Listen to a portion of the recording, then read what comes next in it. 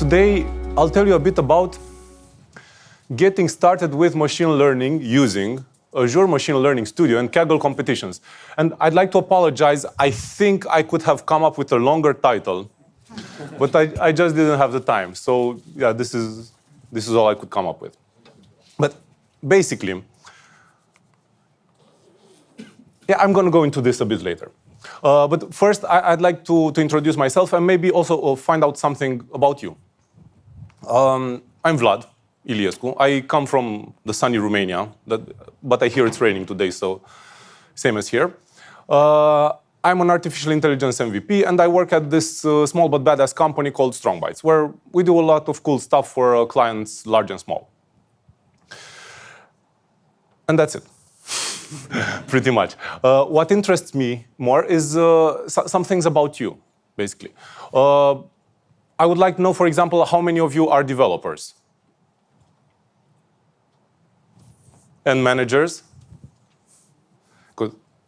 Okay, nice ratio. So a vast majority of developers with some managers. And who is neither? What do you do? DevOps, right? No, I'm a team leader for IT service desk. Yes, but team leader, I think, qualifies a bit as a manager. Yeah, well, I also do a lot of scripting. And scripting. So, yeah, me too. But I also have a bullet list. I heard these are the latest rage. So, do you have any experience with machine learning? Could you raise your hand, if so? All right, nice proportion. With Python, maybe. Cool. Machine Learning Studio? Well, that's what you're here for, right? So not as many people. Yay, my people. All right. Well, this is the only Hitchhiker's Guide to the Galaxy joke in this presentation, I promise. All right. So some details about this talk, and sorry, I will move. So I shouldn't do that. So basically, it's getting started with machine learning. And we're going to talk about how to get started with doing machine learning, which a big proportion of you have already checked. Yeah, I'm going to use Azure Machine Learning for this. And I'm going to use Kaggle competitions. Do you know Kaggle? Who is familiar with Kaggle? Not as many people, but still a nice percentage. For those who aren't familiar, Kaggle is a community. It's an online community of data scientists, machine learning practitioners. That, amongst the tutorials and the resources for getting started with machine learning, also hosts a lot of competitions. And I will use one of their competitions. I'm going to submit results in real time and see how far we can go with Azure ML Studio. Yeah? So I'm going to, during this presentation, I will analyze the dataset for one of their competitions. I will train a model based on this dataset, run a model for their competition, and see how well it does. Yeah? All right. And also, pretty please with sugar on top, ask me anything. So raise your hands if something's not clear, if you feel like I missed a detail or something like that. Ask me a question. I really love having a discussion, not just a monologue. Yes? All right. I shall move again. All right. So, and I just spoiled this for you, but basically, this is my plan for today. So I will ask an interesting question. I will get the data, and you know where I'm going to get it from. I'm going to explore it, create a model, and then, well, win points. Sorry? Another, but sometimes I think I'm funny. So I realize not everybody agree, but I laugh in my head a little. So yeah, this is good. All right, but basically this whole plan is the data science process. Yeah, it's formalized by two Harvard professors, Joe Blitzstein and Hans-Peter Feister. I'm sure I mispronounced that somehow. But basically, this is actually a framework. Yeah, it starts with asking a question, getting the data to answer that question.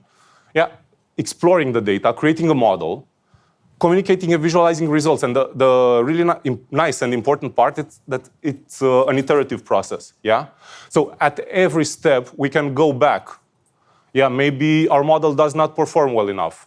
Yeah, we should ask another question, or we should get more data, or we should do some more feature engineering, yeah, transform the data. And we're going to try to follow this process. Okay. Questions so far? Yeah, there will come. All right. So let's ask the interesting question. And before we ask that, has anybody read the description for this talk? A total of 4 people. So what is the interesting question? 5 people. And you don't know the interesting question. It was the Titanic question. It was the Titanic, yes. What is the question? We know the answer. Well, who would survive the Titanic? Basically, so machine learning is all about predicting the future, but I figured it would be significantly easier if I were to predict the past, because I don't have to do anything, really. So yeah, the question I'm going to ask is, who would survive the Titanic? And for this, I will use the data from Kaggle's Titanic competition. This is, let me just go into some detail. And it went to another screen because that's what they do. Yeah, so this is one of their getting started competitions, one of their tutorial competitions.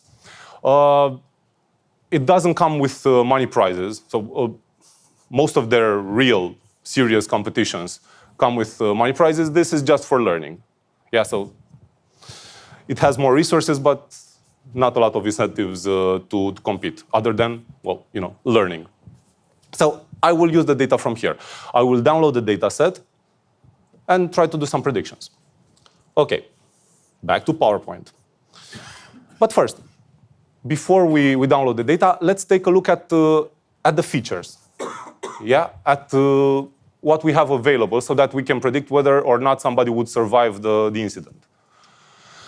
And I'm going to enumerate the list of features quickly so that we kind of know what is there. Yeah. So first off, we have a passenger ID. This is the unique ID of the passenger. Not really great when doing predictions because they're unique, but useful when evaluating our results. And we'll find out why in a second. Another feature is the survival. Yes, 0 is bad, 1 is better. Yeah, and this is this is our label feature, the feature we are trying to predict. Yeah, we will train our model on all the other data just to predict this one. We have a passenger class. Yeah, if it's 1, it's first class, so the lower the better. Yeah, first class, second class, third class. Sex, so gender right here, it's male or female. Age, which is the age in years. And if it's less than 1, it's fractional. All right? SIBSP, which is the number of siblings and spouses aboard the ship. I don't know why they split this like this, because we also have PARCH, which is the number of parents and children aboard. So either siblings, spouses, or parents or children. I get it now. So it's vertical. SIBSP is vertical relationships, and PARCH, and this is horizontal, not vertical, but it's been a long day. All right. The ticket number, of course. I'm really, really curious if this will work. And the fare, yeah, how much you paid to get on board and then survive. Cabin number, of course, and apparently there were several ports of embarkation, yeah. Cherbourg, Queenstown, and Southampton. OK, so this is a demo-heavy talk.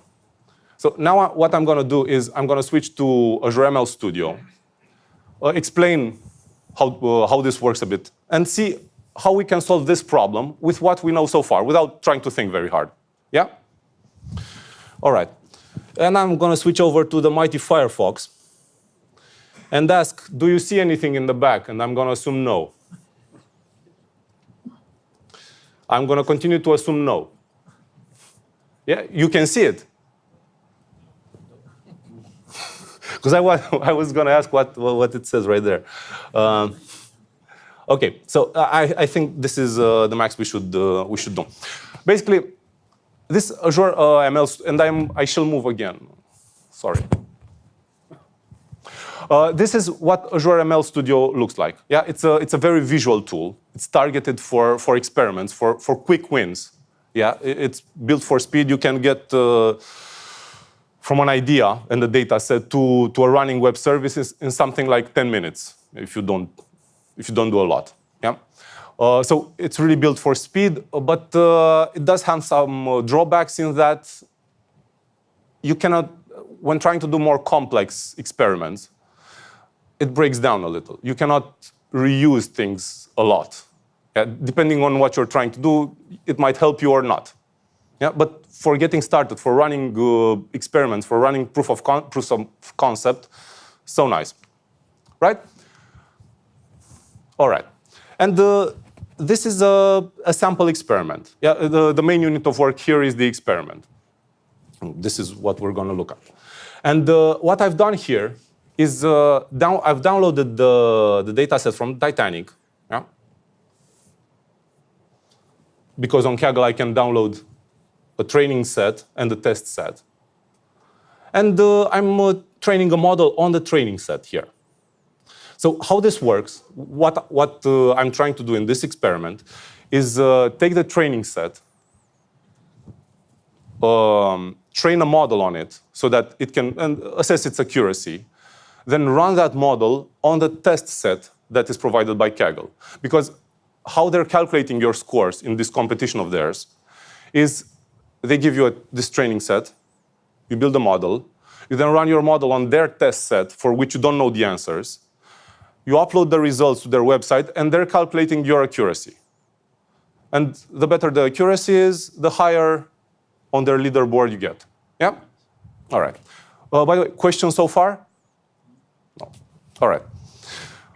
OK, so what I've done here is load this training data set as a CSV, and let's look at it a little. Yeah, we can see the columns that I've mentioned before. Yeah, passenger ID, survived, P class, names, everything. We can see that we get some statistics, how many rows we have, how many columns. Yeah, we also get some numeric statistics for the numeric features. Yeah, the mean, the median. Well, but basically, SIBSP isn't really it can be seen as a numeric feature, let's say. Yeah, and also we get some charts. I won't look into this right now. We'll be back in a jiffy. All right, so what I'm doing next is I just realized I haven't explained how this works, right? But you said you don't have any questions. So what up? So far, so good. So far, so good. Yeah. But does this make sense? I want to see what you're going to do with the editor metadata. What were you supposed to say? You know, of course, you want to see what I'm going to do with edit metadata. Yeah. But basically, how this works, and sorry for not explaining this, is a visual interface, drag and drop modules. Each have one or more input connectors and output connectors, and you just drag and drop. Yeah, so you have this huge library of pre-built modules. Yeah, data format and input. For example, if I want to load the data, I don't know, from an Azure Blob or Azure Story, yeah, or Cosmos DB, I can just use this module. Yeah, if I want to load the train model, I have this. If I want to run any statistical functions, if I want to train models, I also have a lot of models here, yeah, pre-built, which I can just connect with other modules so that in the end I get a working solution. So that's how it works. And also, if I do want to write some code, as we'll see in a moment, I'm also able to do that. Yeah, in Python, R, or SQL. Who doesn't like SQL? Yeah. So back to the edit metadata thing. I'm not doing a lot. Because what I'm doing here, and I found it interesting, is that survived at the moment has two values. Yeah. So it's 0 and 1. And if you're not going to ask me any questions, I'm going to ask you. Yeah. This is how it works. The siblings and the parents, are they just the number, or are there relationships modeled in there? So if the siblings and parents are just numbers or if they represent a relationship. It's a relation to the parent, and then you can see. It's not an identifier. No, okay. It's not an identifier, but you can look at the last names. So you could build, in theory, the tree, the relationships tree. I haven't done this now. But this is just a number, how many siblings you have on board, right? Okay. How many survived? But let's see. Well, it says here that about 342 elements. But that's just for the training data set. So, but these percentages represent the distribution of the entire data set. So from what I've read, it's something like 33% survivability, if I remember correctly, which I often don't. So, but I'm still going to ask my question. So, do you have any other questions? No. Okay. Here go I. Survived can only have two values, yeah? 0 and 1. That makes it this, what kind of a machine learning problem? Is it a regression, classification, or clustering problem? Classification. Why is it a classification problem? It's a fixed number of options, and you don't have to predict a number through a continuous number. Yeah, so it's a classification. And specifically, what kind of classification? A binary classification, because it only has two classes, yeah? Yay or nay, basically. Right? But at the moment, we can see that Azure ML Studio thinks that this is a numeric feature, and it draws a chart for a numeric feature. And whereas I could coerce it somehow to display the chart properly by changing the number of bins here. Yeah, you see? Much better. It's still not right. Yeah, it thinks that, well, it thinks that 1 is better than 0, and in this case, it actually is. But we should make this right. Yeah? So I'm making this right by editing the metadata, selecting a column name, all visual, all really nice. Yeah? I only select survived. And then what am I doing? I'm changing this as categorical, and I'm also telling it, by the way, I kind of want to predict this. Yeah, it's a label. And after this module is run, yeah, I can select visualize and nicer charts. Also, one other thing, I can start comparing. Well, I could before, but now the charts look better. I can start comparing the survivability with the other features. Yeah, I can try to see whether there is any correlation here. I can start doing feature analysis and determine which features help me and which don't. But more on that later. All right. So what am I doing next? I'm splitting the data into two data sets. And why do I do this? I told you I would be asking questions.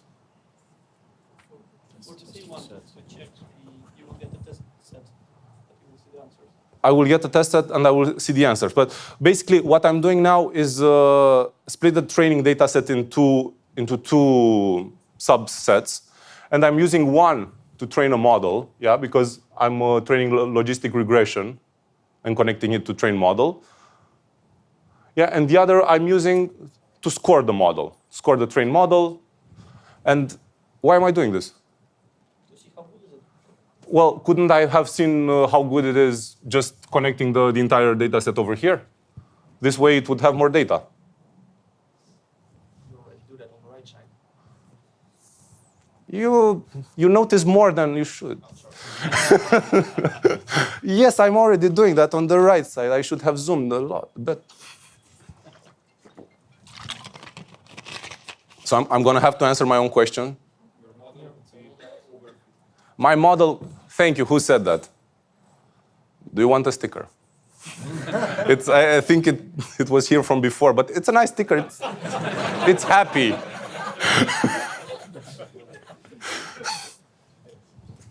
Well, part of it is happy. Yes, I want to see. So if I had fed the whole data set to my train algorithm module, yeah, I would have trained a model that knows everything about our data set. And then I would have I couldn't have evaluated it. I couldn't have seen how well it generalizes to new data. Yeah, how well it handles data that it hasn't seen before. And this is what we want to do, because we're going to run it on data it hasn't seen before. Yeah? This is why I'm splitting it.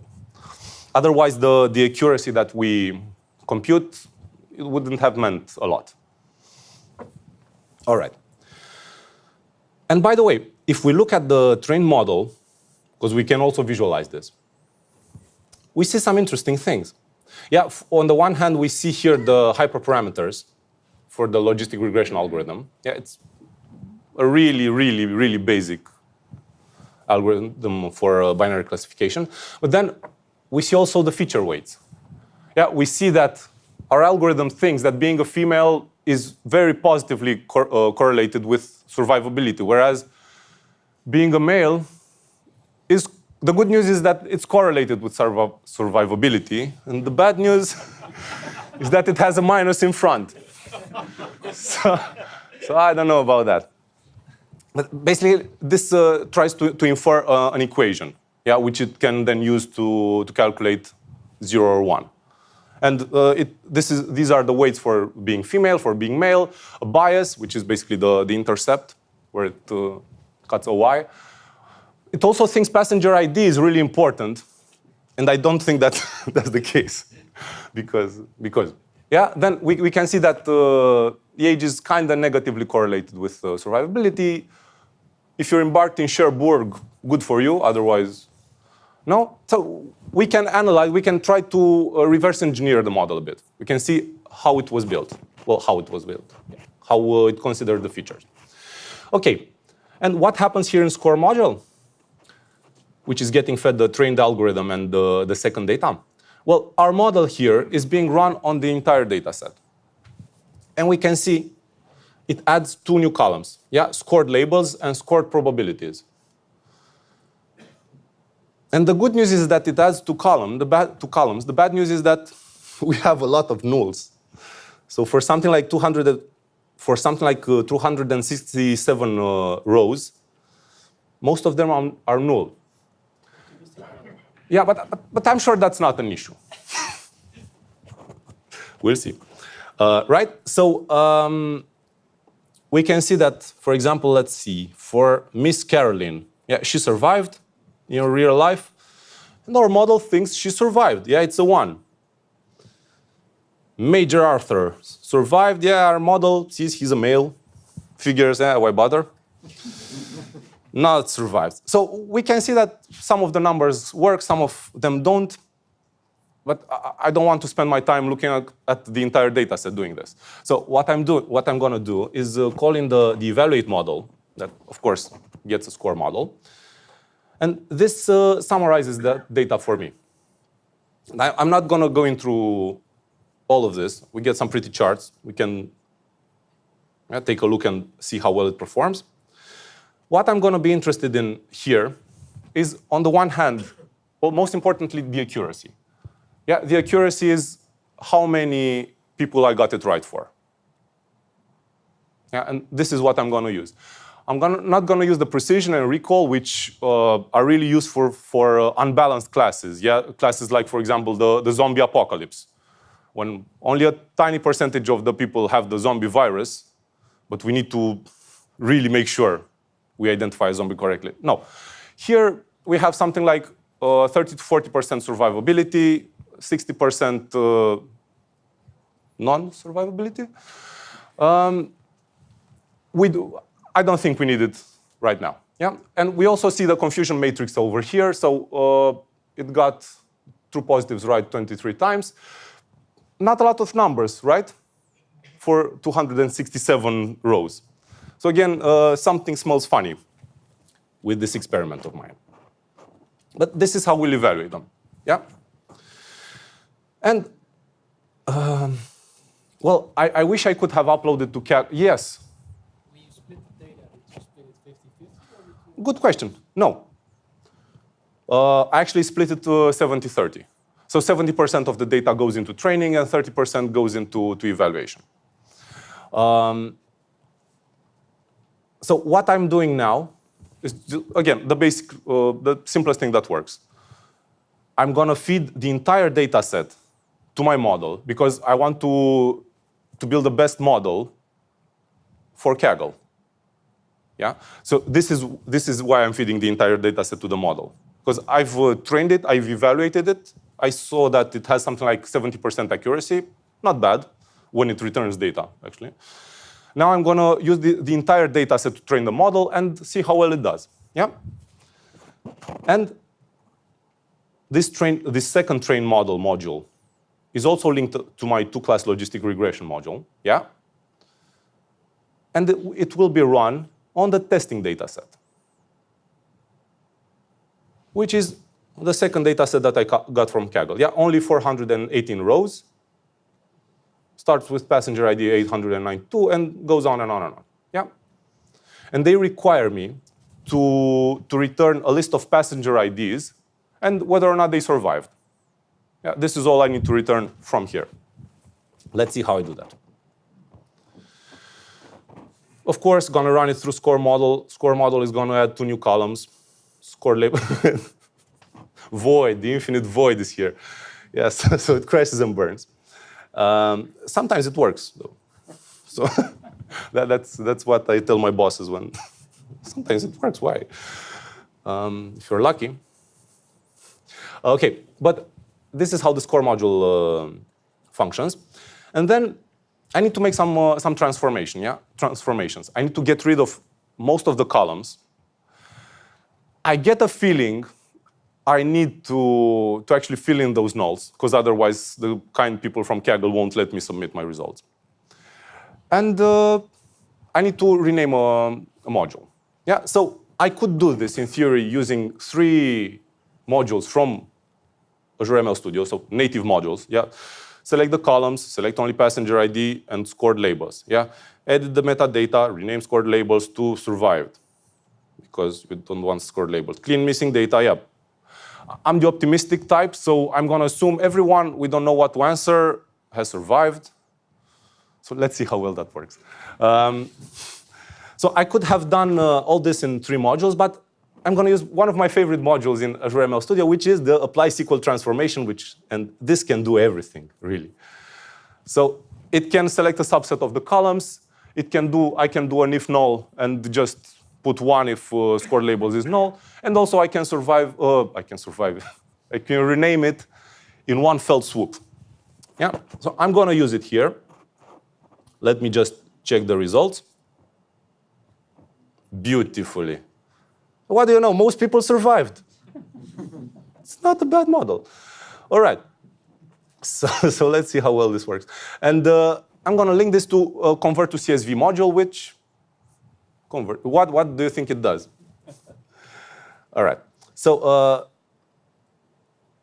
just download the thing. Go to the Titanic competition with my special throwaway account. And you upload the files. Let's see, it's uploading the files. Slow wireless. Yeah, they expect the solution file to have 418 prediction. Now it does. And make submission. OK, how well do you think it did? Not so well. So there are something like 10,000 entries in the competition. Which position do you think it has? Sorry? 1,000. So in the top 10%? Yeah. Any other takers? Yes. 9,000. Who wants to go higher? It's over 11. So I'm sorry, you too many characters. I should. So there's 10,200, and I should zoom this in. So there's 10,277. And I'm at, what do you know? But thing is, I'm only about 55. So I think I'm at 10,200 position, which could have been worse, I guess. So the good news is that there are people who did worse. Like that joke with a bear where you only need to run faster than the other guy. Machine learning. Okay, so obviously, I Just let the blanks die, then it was yeah. The what? all the blanks. Just the negative. Yeah, it would, but then it wouldn't have been so funny. 'Cause, yes, yeah. I must admit I rigged the results a bit, but you laughed, so I'm guessing that's all right. Okay, so why did we do so bad? Well, I'm gonna say a big reason for this is we didn't consider the nulls. So if we take a look at the age column, yeah, and the statistics, we have 43 missing values, yeah, for age. And that's not as bad as the cabins, which have 209 missing values. Yeah?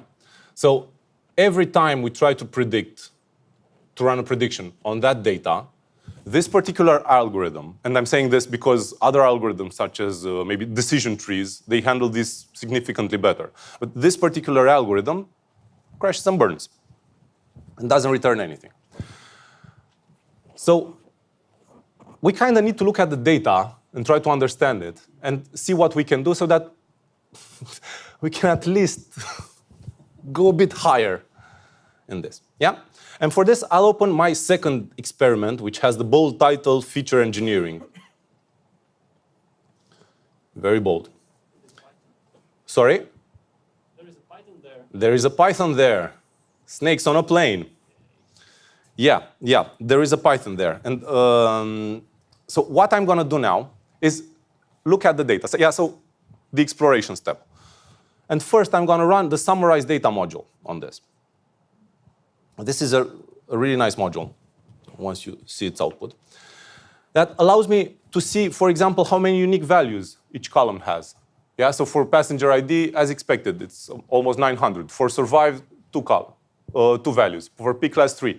And I could have seen this by clicking incessantly on each of the columns, but life is too short for that. Yeah, so I'm running this module. Also, we can see the missing value count. Yeah, for age, it's 177. For cabin, 687. Not great. We need to fix this. For embarked, also, 2 missing columns. Right? And we can also look at the distribution, the mean. Yeah, for example, I think the fare. Yeah, we can see that for the fare, so this is the fare column, yeah? The median price was 32 anything. But the maximum price was 512. Yeah, so some people had a lot of money on that ship. Okay. What's next? I run summarize data. And then, of course, our old friend edit metadata. Same as before. But now, what I'm going to do is clean the missing data. Yeah, I'm going to use the, of course, aptly named clean missing data module. And I'm going to take a look at age and fare, because we've seen that those have a lot of missing columns, or a lot of missing rows, sorry. And what I'm going to do is replace them with the median value. So what is the median value? It's a line which separates the set into two columns. It's the value that is exactly at the middle. Yeah, so it's not the average, but the value that is exactly at the middle. And this is what I'm going to use to fill in the blanks. I could have made a call to to remove those rows. But we don't have a lot of data. And if I had removed those rows, then we wouldn't have been able to train our model on a lot of data. Hence, I'm imputing those values. Yeah, I'm assuming they're the median and just filling them in. Yes?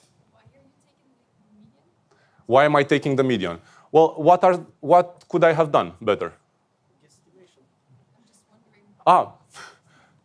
Why not? Because it's this option right here. Do you realize how it was so easy? I think it's the default. No, but it's a good question. You know, I could have. So I could have looked at the deviation. I could have made some random entries inside deviation, but then I would have had to write code and explain said code, so median. I could have used mice, which is multiple imputation, and basically does a linear regression, as far as I remember, on the other rows and tries to predict the actual age based on the values on the other rows. Yes?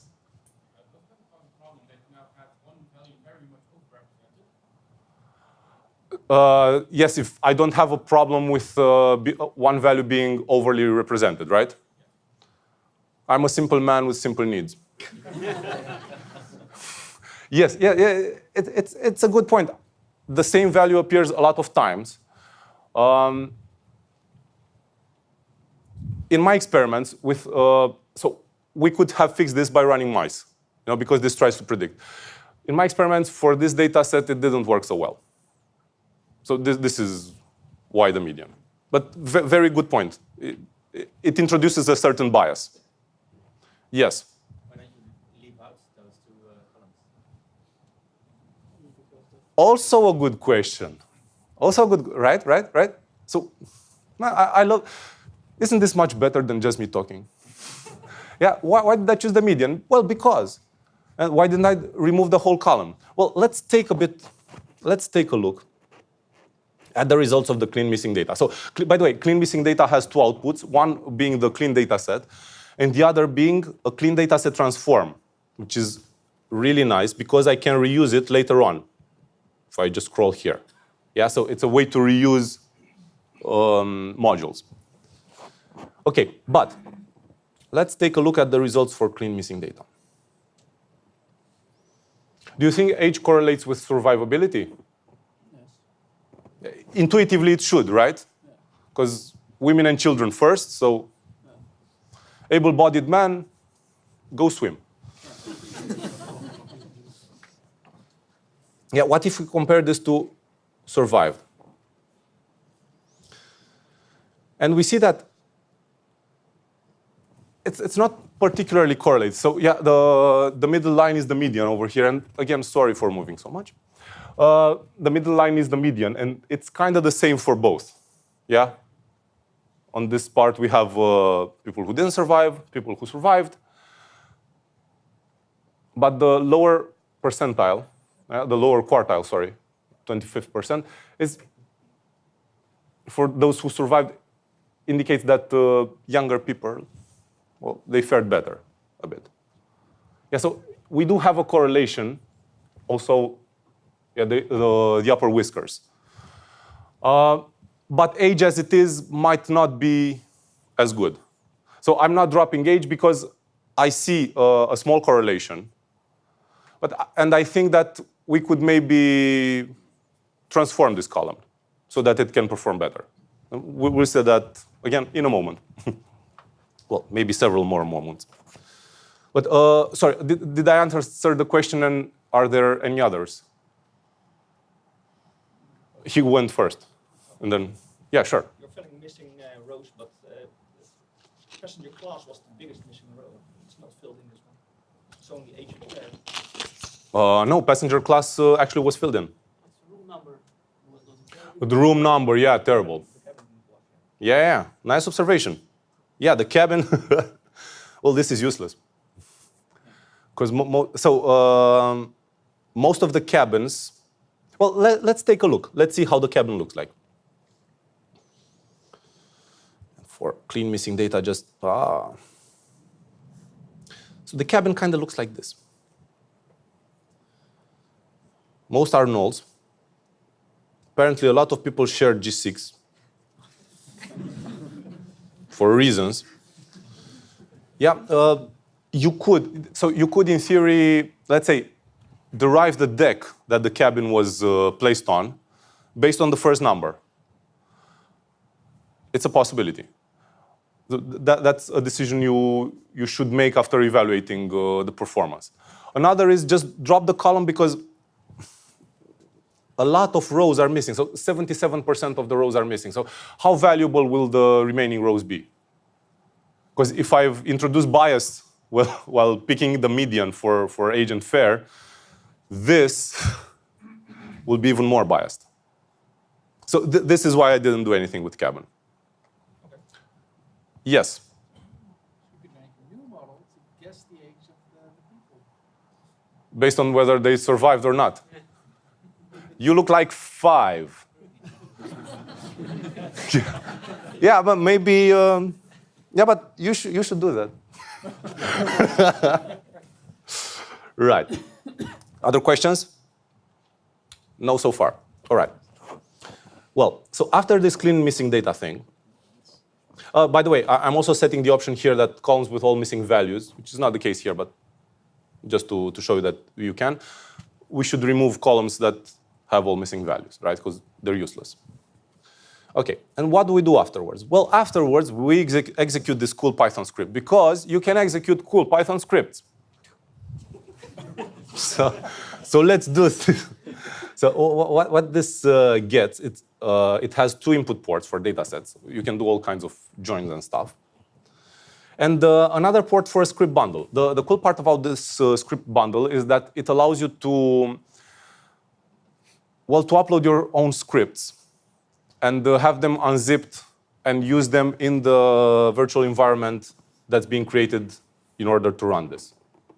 Yeah, I haven't used it here, but you totally can. So for example, yeah, you can install the Kaggle command line interface and use it from here directly, assuming you have a pip environment.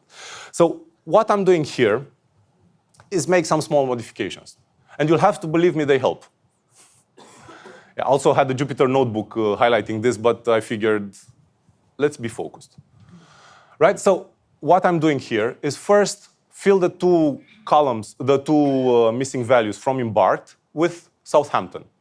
Because, and again, you'll have to trust my word, this is the best choice. Right? Afterwards, I take a look at the names and extract some titles, because not sure if you've noticed, I probably have. Names include titles. Yeah, a Mr., a Mrs., a Miss, Mrs., Mr. How about to extract this into a title column and see whether or not it influences the survivability? Well, if it influences, it's correlated. Yeah, so this is why I'm extracting the title here. And by the way, I'm also creating a new variable with family size on both a horizontal, and now I got it right? You notice, horizontal and vertical scales. Right. Yeah, so I'm doing this simple Python. I get the dataset as a pandas data frame. Just do some entire columns operations. Yeah, so I don't have enough problems, so I'm using regular expressions here. And then I just made some small replacements, because I get a me, which actually means miss, I'm told. Miss, miss. Yeah, so I'm replacing all these, let's say, exotic names with more common titles. And then and you wouldn't believe it, we have titles such as John Keir. Jesus. Yeah. Yeah, or Don. Don, right? This is the best title ever. Right? So I'm aggregating all of these as, other, I think. As rare. It sounds so much better than other. Yeah, such Joe or Sir or Major. Yeah, and also I'm, as I said, creating the family size variable by aggregating sibsp and parch. Yeah. And how does the dataset looks after this? Better, of course. Yeah, I have this. And let's see if the title correlates with survivability.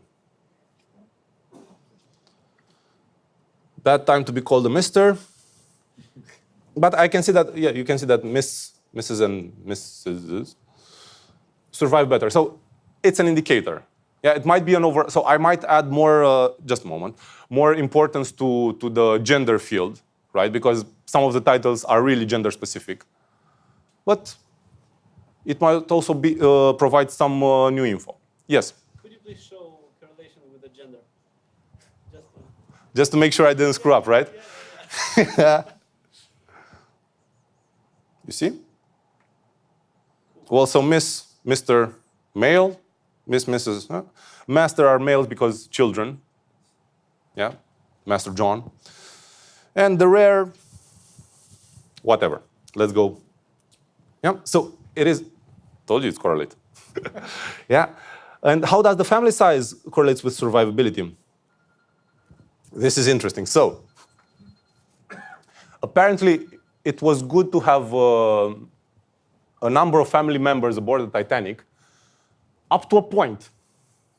Yeah, so at around 8 people, it didn't work so much.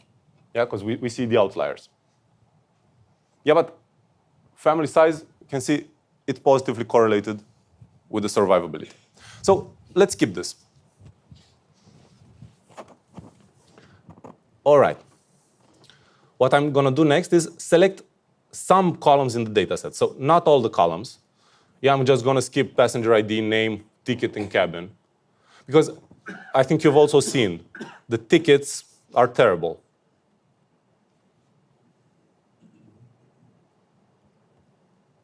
And of course, I'm visualizing the results which don't have any tickets, just to prove a point. Yeah, so this is how the tickets look like. So they do seem a bit, well, random. Some are numbers, some are not. Some start with PP, others, well, with PC, and so on. Terrible. So I'm not going to try to infer any information from them at the moment and just exclude them. Yeah. So I'm going to go to my old friend 2-class Logistic Regression and train a new model based on the new data set, and let's see how well it does.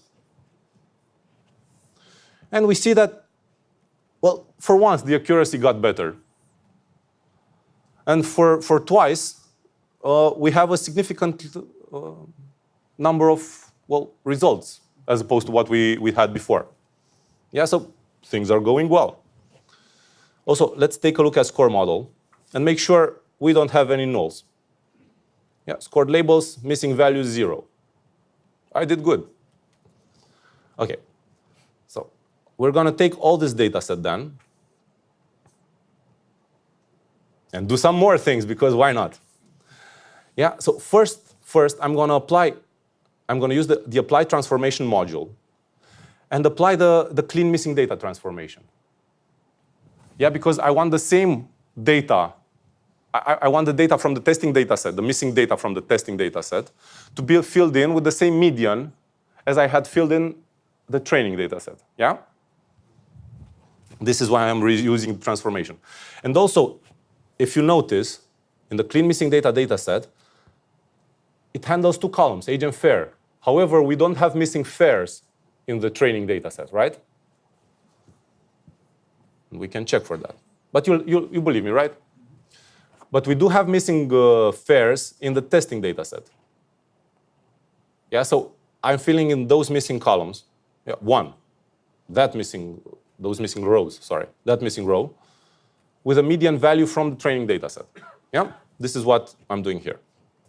Of course, then I'm selecting the columns in the dataset, and unfortunately, this doesn't get transformation. So I have to repeat the same columns as I did before. Or not.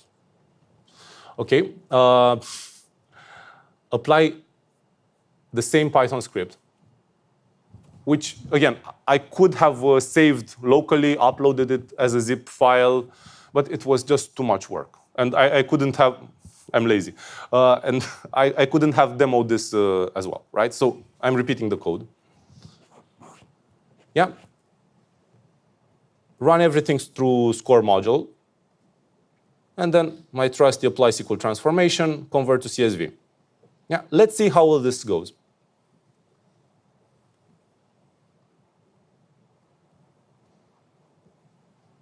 Upload the files. Upload is being initialized.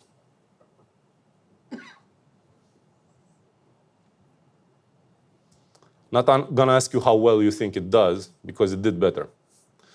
Yeah, so top 50%, which realistically speaking is not great for a training competition. But let's enjoy the little things, right? Top 50%. Yeah, and it's also not an improvement of my best score. Yeah, so what did we do? We looked at the data, we tried to understand it, we eliminated missing values, we created some new features, and then we got better results. Yeah? Let's see if we can improve them. But any questions before we do that? Yes? How come so many people have exactly the same score? They're cheaters.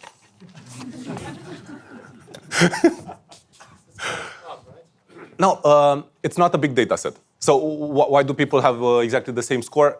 It's not a big data set. So, and the testing data set, it's even smaller.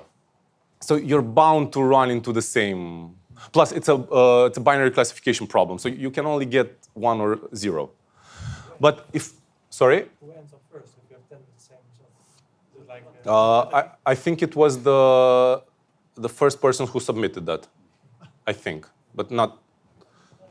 I'm starting to wonder about that because 2 hours, 6 minutes, right? So I'm wrong.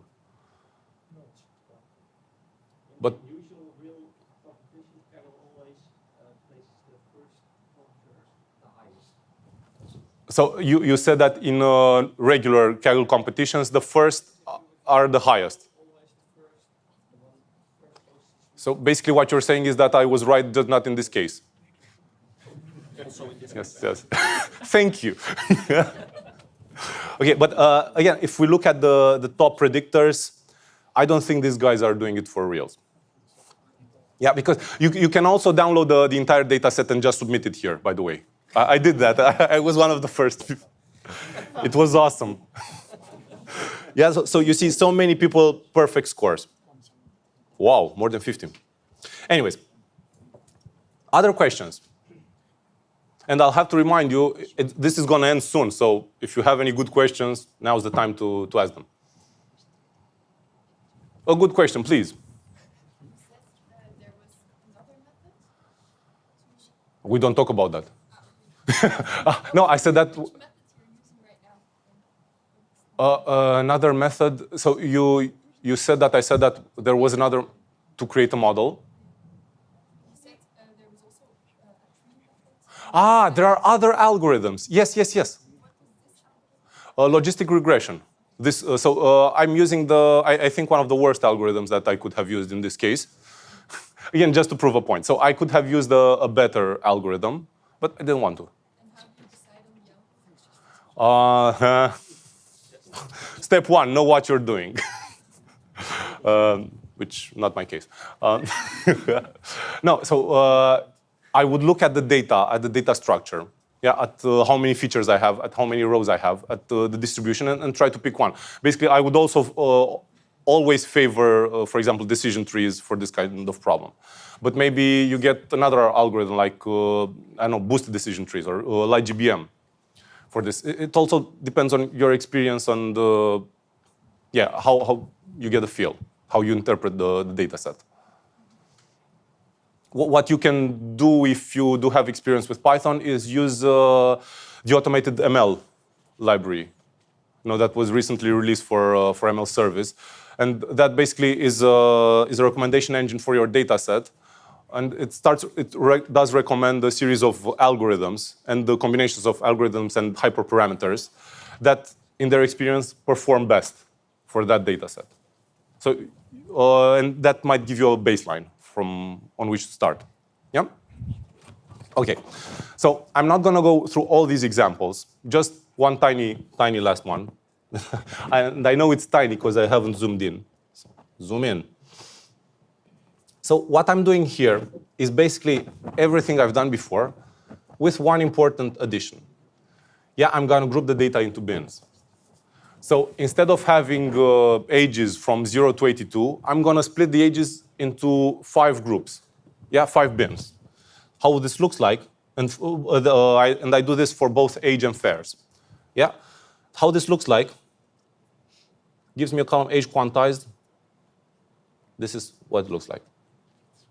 Yeah, the first interval is the third most popular. Yeah, we can see, and I think these are people from something like 16 years to something like 26 years or 30.